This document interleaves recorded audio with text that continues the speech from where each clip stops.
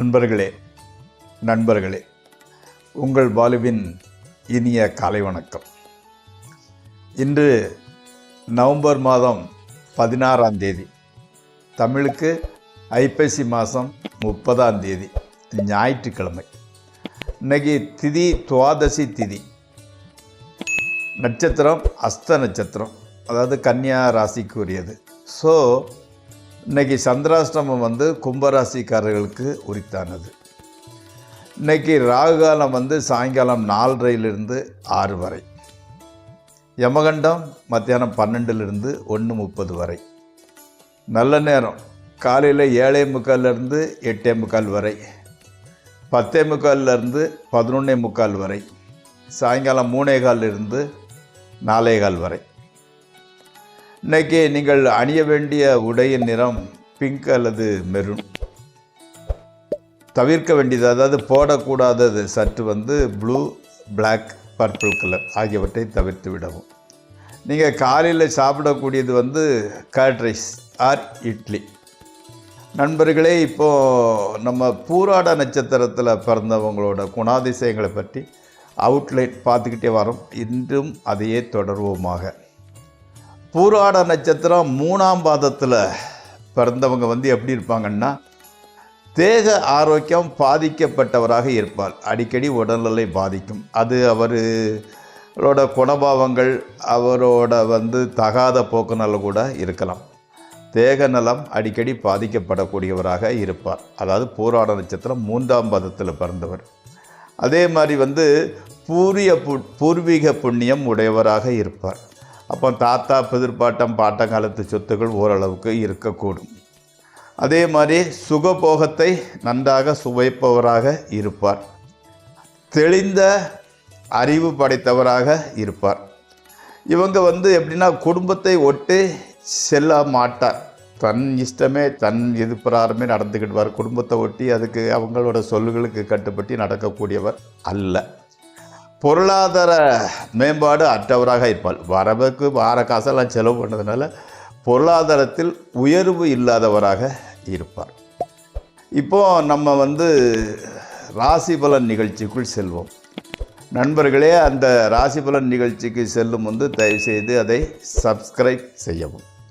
இப்பொழுது வாருங்கள், நாம் நிகழ்ச்சிக்குள் செல்வோம். மேசராசி. இன்றைக்கி மேசராசிக்காரங்களுக்கு கல்வியில் ஈடுபாடு கொஞ்சம் டல்லாக இருக்கும், குறைந்து கொண்டு தான் இருக்கும். அன்னையின் உடல்நிலை கூட சற்று பாதிக்கப்படக்கூடும். சிறு சிறு தொல்லைகள் ஏற்பட்டால் கூட பொருளாதாரத்துறையில் ஓரளவு முன்னேற்றம் காணப்படும். மனமகிழ்ச்சிக்கான நிகழ்ச்சிகளே அமையும். புது நண்பர்கள் வாய்ப்பார்கள்.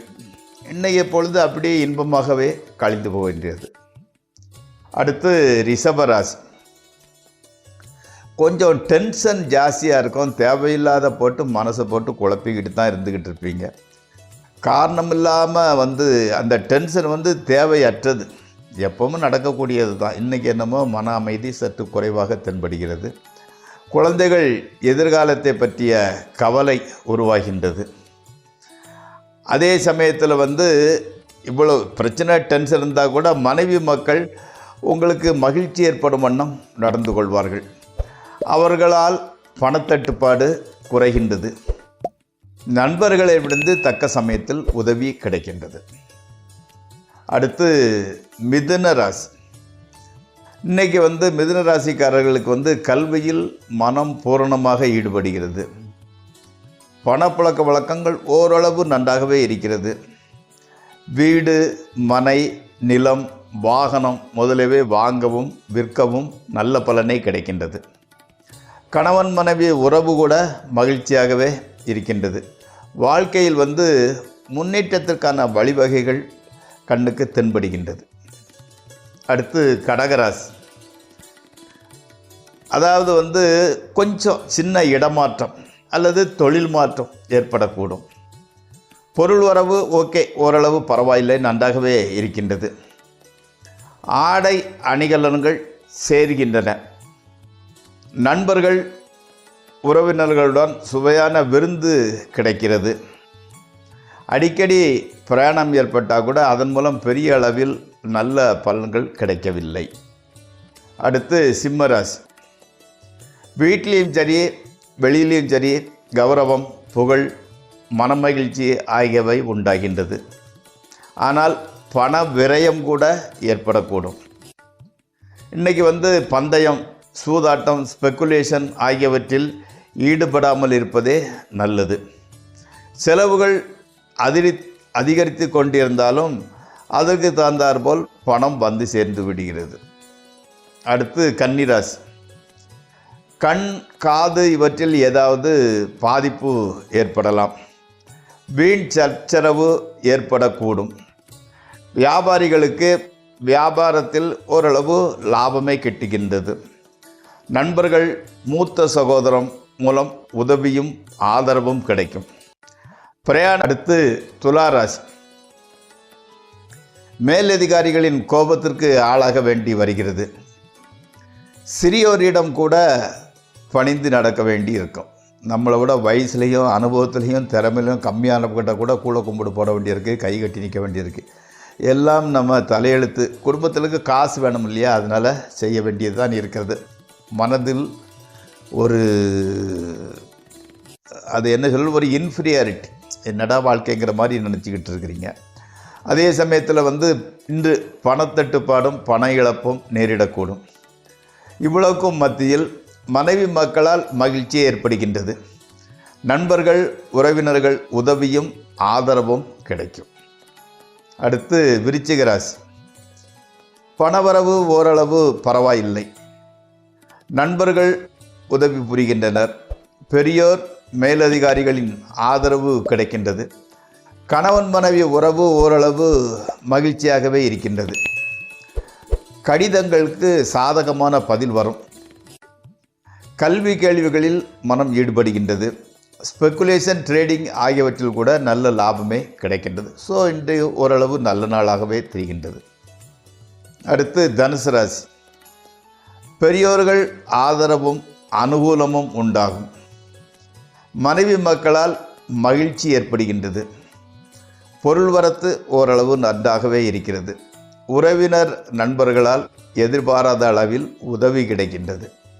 மகிழ்ச்சியாக பொழுது போய்கொண்டிருக்கிறது. ஸ்பெக்குலேஷன், ட்ரேடிங் ஆகியவற்றில் ஓரளவு லாபம். மிகப்பெரிய வெற்றின்னு சொல்லாட்டால் கூட லாஸ் வராது, ஓரளவு லாபமே கிடைக்கின்றது. அடுத்து மகர ராசி. இந்த நம்மளோட எனிமி, அதாவது விரோதிகளால் புது புது பிரச்சனை உருவாகின்றது. பொருள் செலவு கூட காரணமின்றி அதிகம் செலவாகிறது. மனைவி மக்களிடம் சிறு சிறு சச்சரவுகள் உண்டாகக்கூடும். உங்கள் இருக்கிற டென்ஷன்லாம் மனைவி மகன்கிட்ட காட்டினா சண்டை வரத்தான் செய்யும். எச்சரிக்கையுடனும் நிதானத்துடனும் நடந்து கொள்ள பெரிய பிரச்சனைகள் எதுவும் ஏற்படாமல் தவிர்த்து விடலாம். இல்லையேல் வீணாக கெட்ட பெயர் ஏற்படும். அடுத்து கும்பராசி. இன்றைக்கி சந்திராஷ்டம தினம். அதனால் புதிய முயற்சிகள் எதிலும் ஈடுபட வேண்டாம். உத்தியோகம் பார்ப்பவர்களுக்கு மேலதிகாரிகளிடம் சச்சரவு உண்டாகிறது. அதனால் உத்தியோகத்திலேயே ஒரு பிரச்சனை வெடிக்கின்றது. மனைவி மக்களிடம் கூட பரிவுடன் நடந்து கொள்ளாவிட்டால் அவர்களோட கருத்து வேறுபாடுகள் நடந்தே தீரும். ட்ரேடிங், ஸ்பெக்குலேஷன் ஆகியவற்றின் பக்கம் தலை வைத்து கூட படுக்க வேண்டாம். அடுத்து மீனராசி. பொருள் சேர்க்கை உண்டாகின்றது. மனைவியால் மகிழ்ச்சி உண்டாகக்கூடும். ஸ்பெக்குலேஷன், ட்ரேடிங் ஆகியவற்றில் நல்ல லாபம் கிடைக்கிறது. நட்புடன் பழகி வந்தவர்களுடன் அந்த நட்பு காதலாக பரிணமிக்கிறது. கூட கொலீக்ஸாக இருக்கலாம், அல்லது ஃபஸ்ட் ஸ்டாண்டில் பழகினவங்களாக இருக்கலாம். ஃப்ரெண்ட்ஷிப் காதலாக பரிணமித்துக் கொள்கிறது. அடுத்த ஸ்டெப்புக்கு போகிறது. பெரியோர்களின் சந்திப்பும் அவர்களின் மூலம் அனுகூலமும் கிடைக்கின்றது. நண்பர்களே, இந்த ராசி பலன் நிகழ்ச்சி இத்துடன் முடிவடைகிறது. நாளை மீண்டும் சந்திப்போம். உங்கள் பாலு.